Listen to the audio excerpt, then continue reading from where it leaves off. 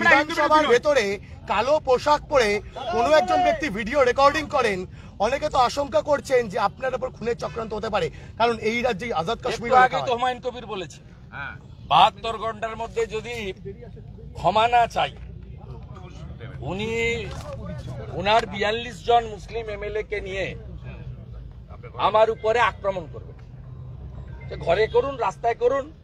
আমি তো এত দূর আমার সেন্ট্রাল ফোর্স থাকে, স্পিকার আটকেছে 21 সাল থেকে। আমি তো একাই ভিতরে যাতায়াত করি, আমার পিএসসি এরা থাকে, কলিগ এমএলএ দ্বারা দু একজন যখন দেখা হয় থাকে। দাদা আমি তো এক্ষুনি আপনাদের ছেড়ে যাব। আমি দেখুন এগুলো ভয় করি না। মমতা ব্যানার্জি নন্দীগ্রামে স্পটে যায়নি, আমরা সাজিয়ে গুছিয়ে দিতাম।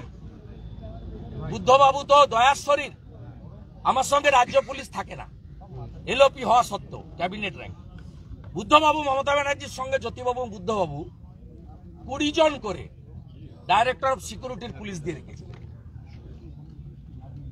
ভিতরে যদি কিছু হয়, আমি যেদিন হাউস শুরু হয় সেদিনই আমার পিএ প্রদীপ চ্যাটার্জিকে দিয়ে সুকুমার রায়কে জানিয়েছি, যেদিন এই বাজেট সেশন শুরু হয়, যে ইনসাইড দ্য প্রিমিসেস একটা যদি কেশাগ্র স্পর্শ করে কেউ, রেসপন্সিবিলিটি গোজ টু বিমান ব্যানার্জি এন্ড মমতা ব্যানার্জি। আমি ভয় পাই না, আমি এক্ষুনি একা হাঁটতে হাঁটতে যাব, সাহস থাকলে ছুঁয়ে দেখো।